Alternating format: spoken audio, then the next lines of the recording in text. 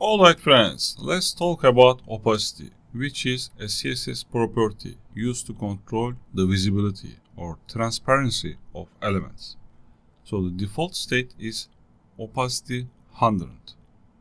It doesn't make any visual change because that's the default state. However, if we want to reduce the visibility, we can apply other values like opacity 75 as you see, or opacity 50 or opacity 25. Okay, let's use it. I come here, I have this div. If I apply opacity 50, for example, you see the difference. I refresh my page, you see the difference.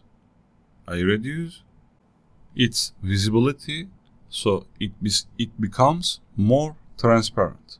Okay, see you in the next lesson.